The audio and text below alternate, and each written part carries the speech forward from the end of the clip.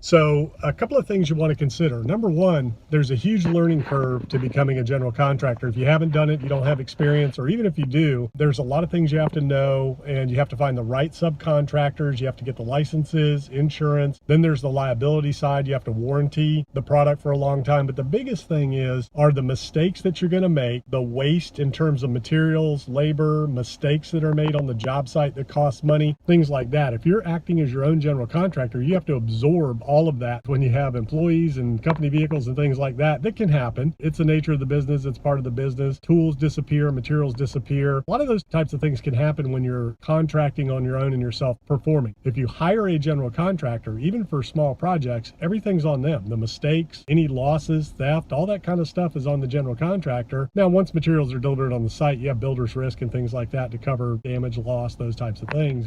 And the builder has insurance. But at the end of the day, it's all on them. They have to warranty it. They have to take the risk. They have to cover any losses, mistakes, issues, things like that. So you need to really think about those things. And then there's the opportunity cost and the time that it takes to learn the business, to manage the business, to find and work your way through the right subcontractors. No matter what you're doing, unless you have a lot of volume, it's going to be very difficult to get subcontractors that will give you their attention. If you don't have a lot of work and you're just doing one-off stuff, you're going to pay a premium and you're not going to have their attention. They're going to fill the gaps with your project, and they're going to take that work on and they mark their territory. It's what we call it in the business, where they show up, start, do a little bit, make a little progress and leave, and they just come back. And it's difficult right now because there's not enough help. The subs can't get help. There's not enough help in the industry, so it's a very difficult time. And that's the other thing, is trying to find help if you're going to self-perform and do some of the stuff in-house. So those are some of the things that make it difficult to self-perform. Now, if you want to set up a company and you want to have a separate business where that's what you do, then it can make a lot of sense to self-perform, especially if you have a lot of volume and you have enough volume to keep subs busy, keep a superintendent busy, and keep the overhead covered, because you have to pay workman's comp, general liability, things like that. At the end of the day, you're really only going to save about 10%. That's really all you're going to save. That's what the premium you're paying to hire a turnkey general contractor is. It's about a 10% premium. So you have to factor that into the equation. Is that worth the time, energy, and effort on your part to do that? And it could be, depending on how much work you're doing. Or what could you do with your time otherwise